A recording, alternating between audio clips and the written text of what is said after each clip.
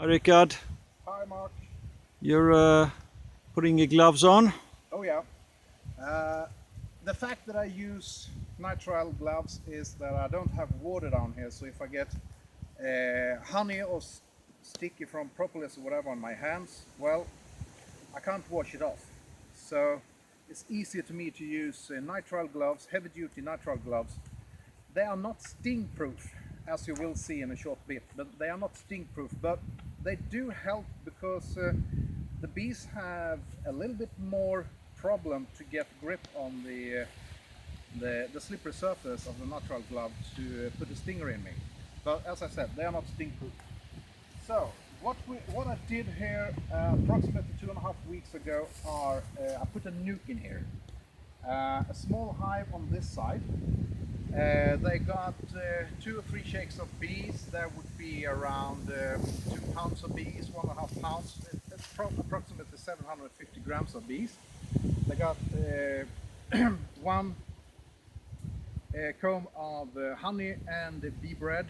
That is pollen for you that don't know it. Bees take in pollen and they mix it with a fungi and some nectar and makes bee bread, a fermented pollen that they actually use as one of the ingredients to the dew that they make the bee the larva from, the feed to the bee larva.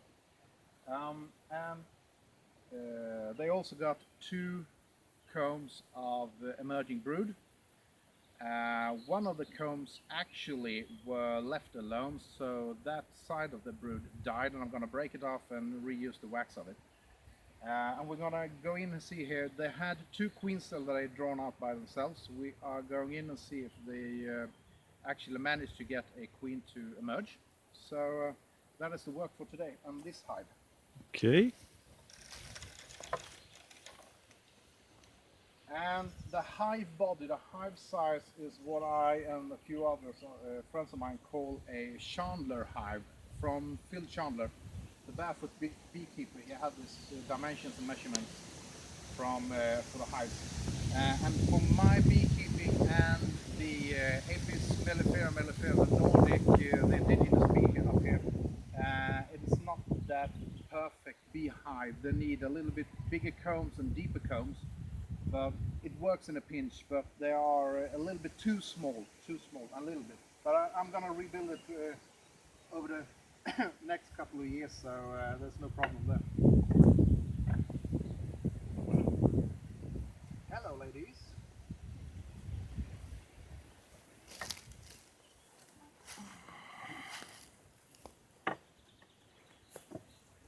And as you can see, I don't use any smoke, I don't use any water. I have a spray bottle of water and I use it on the somewhat hot hive when I need to. But I don't use neither smoke nor water. Now you see here, they are actually hatching out the brood up here, and this brood down here is dead, so they are tearing it out, and it's backfilling it with nectar, and we have bee bread up here. And we'll see, yeah, this side is dead, so they are tearing it out. I found that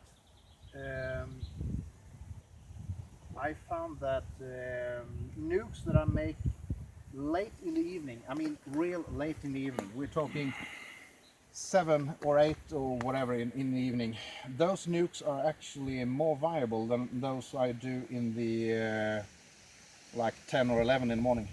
And here we have a bee with no wings. That's wing deformed virus. You can see it right there. And that is a virus that are caused from the veromite. And you have the new emerged queen right there.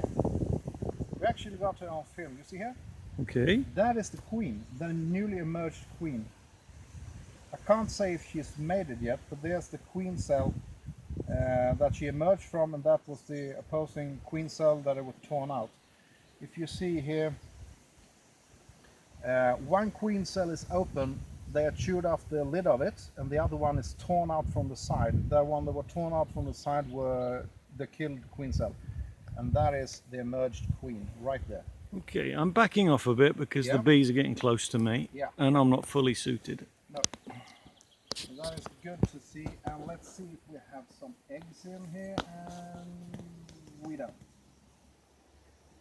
It usually takes them about 25 days to get from the queen cell to that they start laying, and it hasn't been 25 days, I think, for this one to come out from the pupae and start laying. So, and we're gonna have some beautiful mating weather in the next couple of days.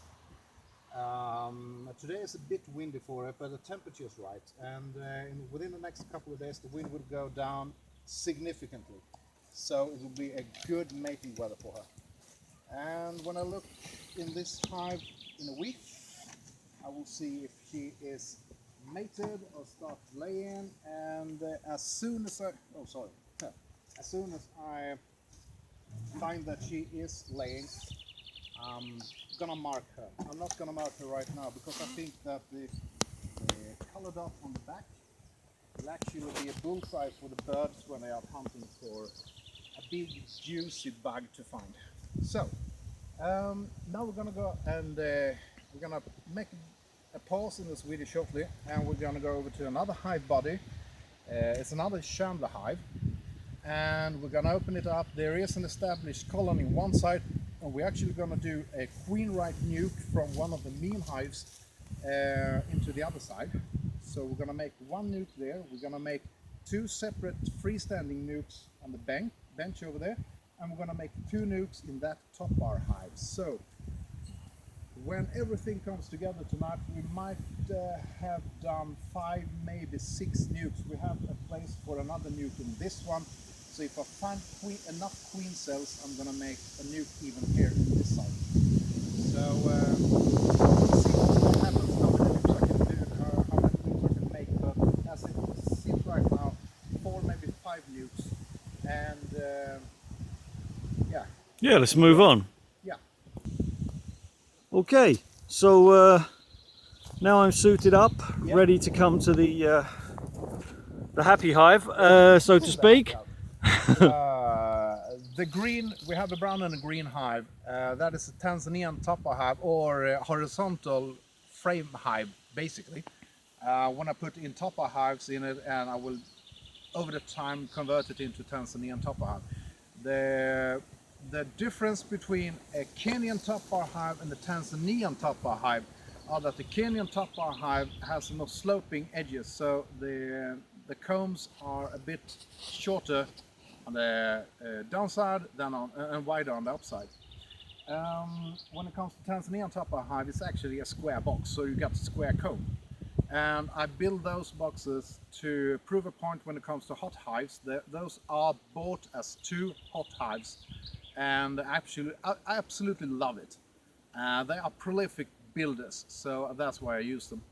I have ordinary half frames in them, so the frames are not higher than this, and there are about 15-16 frames in each of them.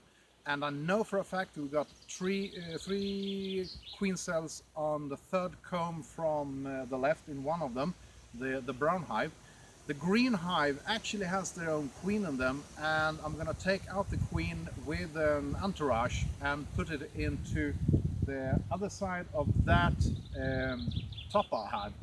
And to lock the queen in place so she doesn't escape, I'm gonna take a comb of brood and eggs from the tapa hive down there and put it in together with a comb of honey, so they have something to feed upon. And I do this in about 6 p.m., 6 in the afternoon. It is about 3 hours too early to be making a split or making a nuke with staying workers, staying flying bees. I've seen that if I do a split just around sunset, the flying bees that actually follow with the queen are staying with the queen the day after, so she got a lot of flying bees, maybe not all of them, but a lot of flying bees. Otherwise, if you do a split, a nuke in the morning, she will have no flying bees, so no one to bring in honey. What I do is I split them late in the evening, though they are a mean hive to begin with, and it's not easy to do it when it comes to the time of day or the fact that it's windy right now. So I'm actually expecting a few stingers and a lot of bees in the camera lens and in the face of the veil here. But I find it to be a better way to split these hives because all of the foraging bees, the flying bees, follows the queen. So that's the reason why I do it this late in the afternoon or in the evening. So I'm gonna go over there, open up the hive, check so there's no funny business going on the empty side, and maybe put in some more bark mulch. I used commercially grade bought bark mulch to make a sort of eco floor down inside the Chandler hive, the Kenyan Topper hives. So I have it on the roof of my Volvo over there. So I'm gonna open up that hive, check everything, and we will be back with you shortly. Okay, next hive. Next hive, we actually got a squatter right here. We have a wasp trying to make a nest right here, and that's a wasp queen. And I don't think she's very happy that there comes a lot of bees here, but she's right there. Okay. Anyway, she has to be there. I'm not going to kill her. If the wasp nest gets too big, then I might, maybe try to do something. Right now. So this is the other hive, the other side of it. I have a divider board right here, and on this side there is bees in a beehive. Here we go. There's bees right here from the mean beehive. This is a queen right hive that has, I would guess, a couple of thousand of bees in here. Can we see? Can we see?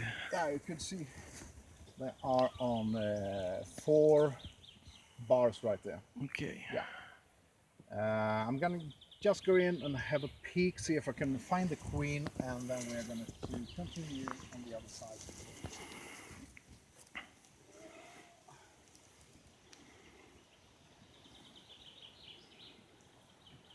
Well, I don't think I need to find the queen because they are building comb right here, and they don't usually build this much without the queen. I mean, look at this. Okay. They are taking care of the brood I left in here, and they are actually making a lot of new wax comb. So this is not, I don't need to find the queen. They are, she's in here somewhere. Let's see, there's a lot of drones there.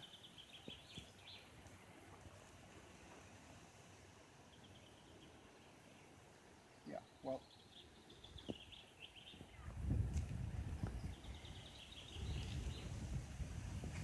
so there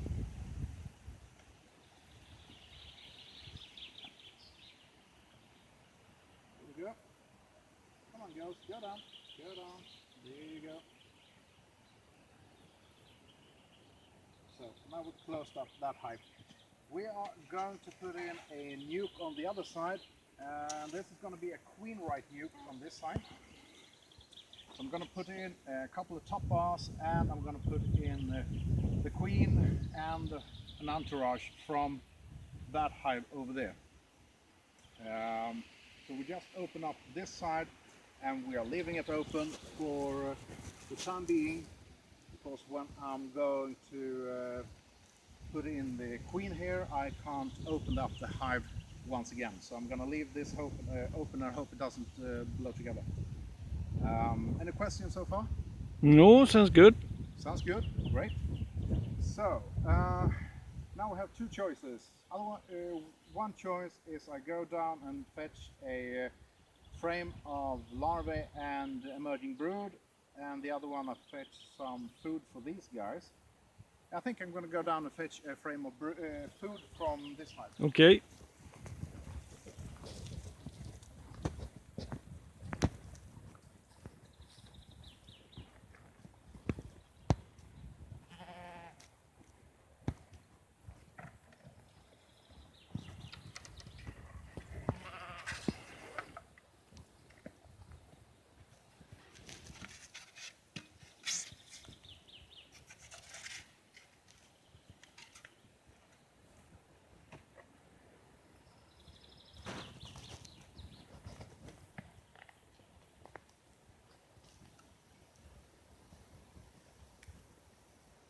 Nah, too small.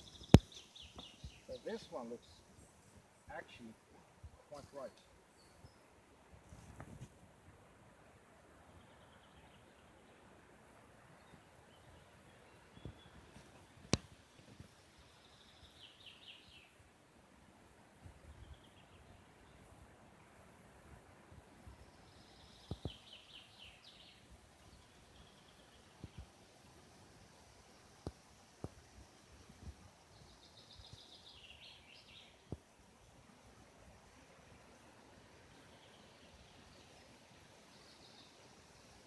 Ah, the queen is running around on this side. Okay, see if we can come a bit closer. You see Can her we with the see green her? dot?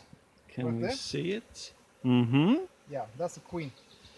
So I can't take this frame and shake her off. That would damage her. I just slight risk of damaging her is too great. So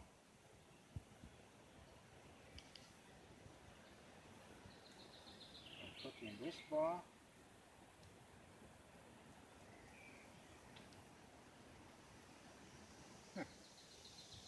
Oh well.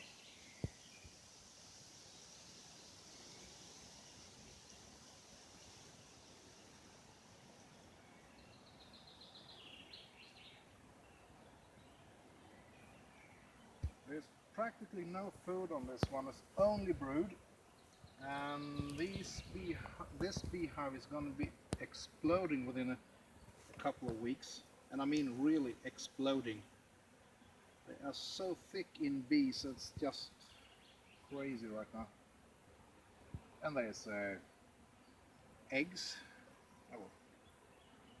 Put them up here. Come on, run out of the way, please. There we go.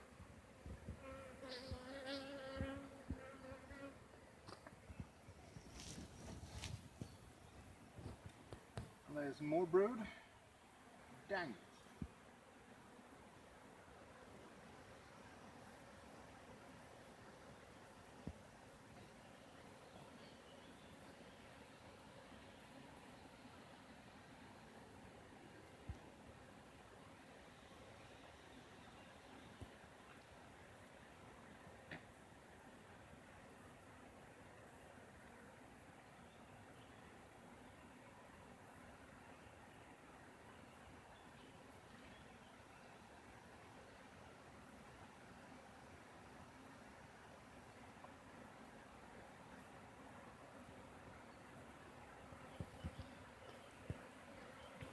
It's just crazy how much bees are gonna be in here.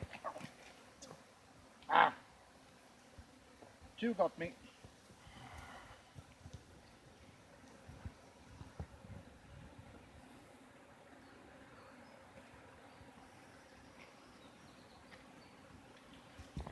You know,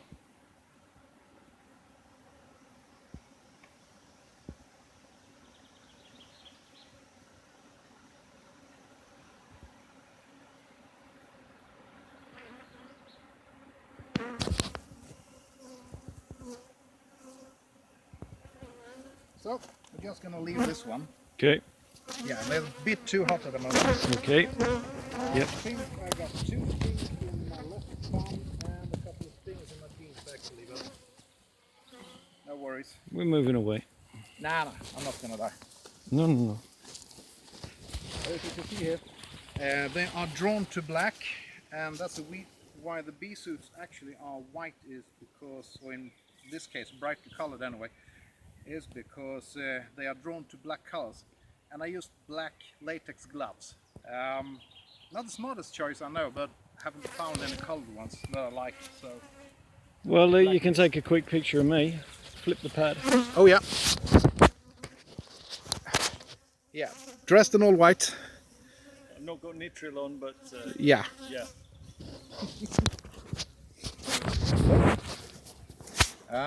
Let's check the nuke boxes and leave those for a couple of minutes to calm down, and Yep. we'll go back to them.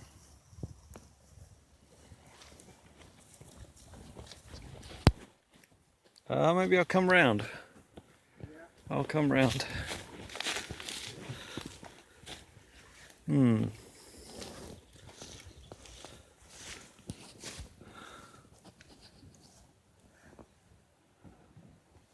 I like to put the nuke boxes checkerboard, so one has the entrance on one side and the other one has on the other side.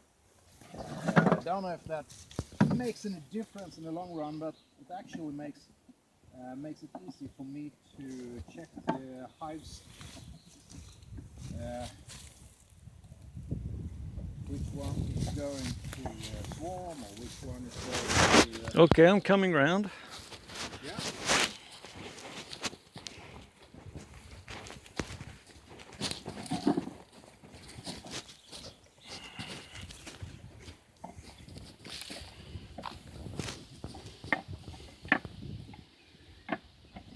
So this is a nuke box, not to confuse with a juke box. That's a different tune altogether when it comes to the sound that's bouncing out of it. This is a nuke box, a nucleus hive, a small hive.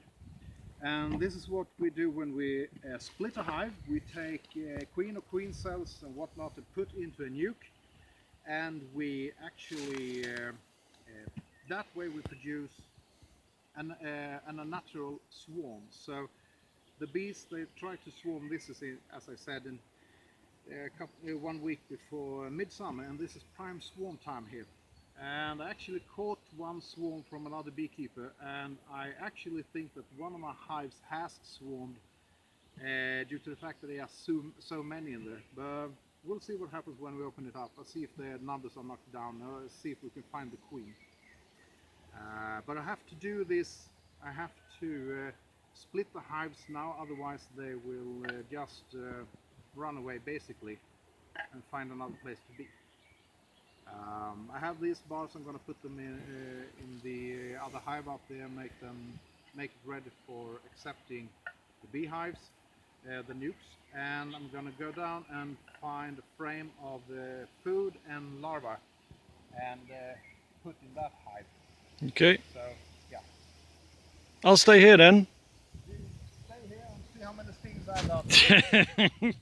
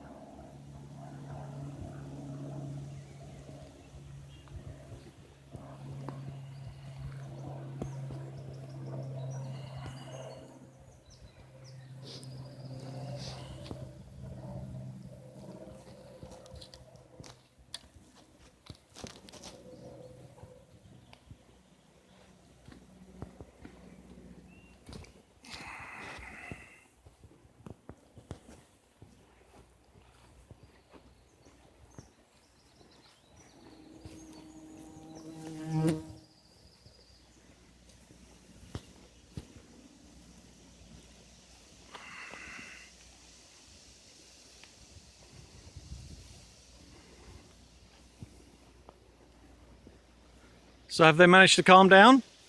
Yeah, just a bit, just a bit. They are a bit too hot-headed right now. We'll see what happens. I'm gonna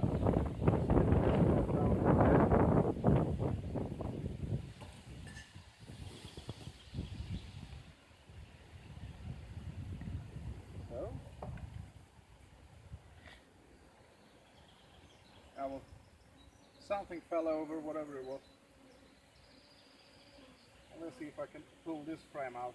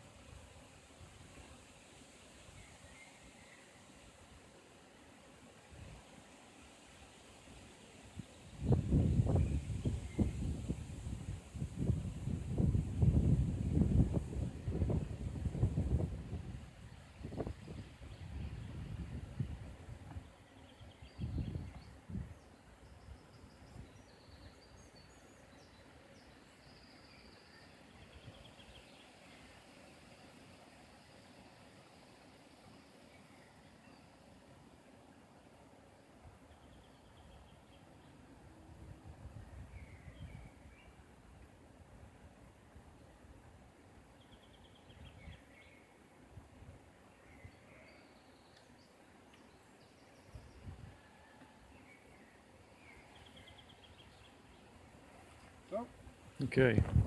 this is full of not fully cured honey and nectar. Okay, I'm going round up here. I'm coming round. I'll see you in a sec. So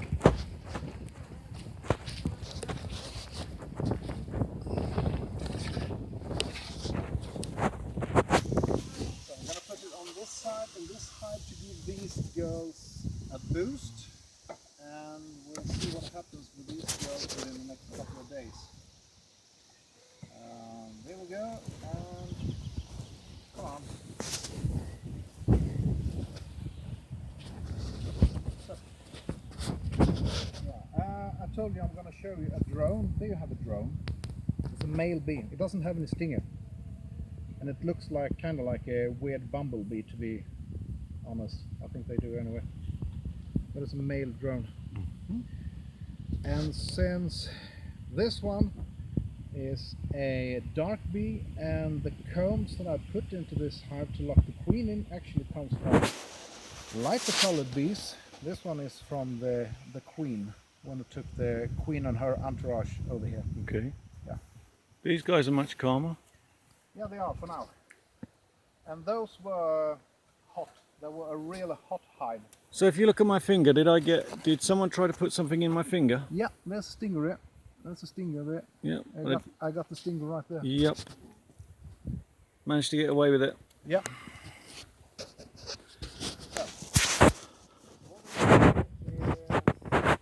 We are ready to take the queen and her entourage over here. Okay. So I'll go around over there. And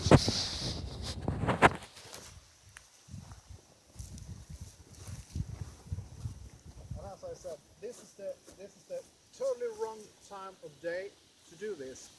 Totally wrong time, because it's late in the afternoon. We are about 6, half past 6. About that. Yeah, about half past 6. And you should be doing this around 10, 11 in the morning or in the noon, because of all the forager bees, the flying bees, are outside the hive right now. Right now they're inside the hive, and they are about a bump in the number from the hive in the morning to now, we have about twice as much as bees in the hive right now. So we will be sting, but I mean, I don't mind. Mm-hmm. Do anyway. Okay.